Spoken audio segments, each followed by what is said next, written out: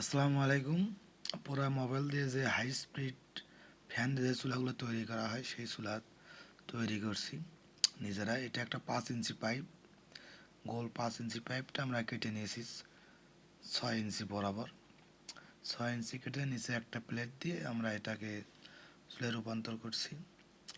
এই যে দেখতেছেন, এই চুলার নিচে আমরা আমাদের সুবিধা মতোভাবে উঁচা নামা করছি আর কি। এটা একটু উঁচু হয়ে গিয়েছিল, এটাকে আমরা একটু কেটে ছোটো করে নিছি, নিয়ে আমরা ঝাড়াই করতেছি।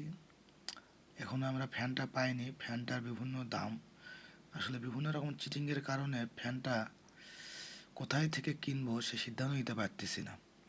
মার্কেটে অনেক চিটার, যার জন্য আমরা আপাতত এটাকে, আমাদের একটা চুল শুকানো মেশিন আছে, এই চুল শুকানো মেশিনটা দিয়েই এটাকে আমরা চালাবো। সবাইকে ধন্যবাদ পরের ভিডিওটি দেখার জন্য।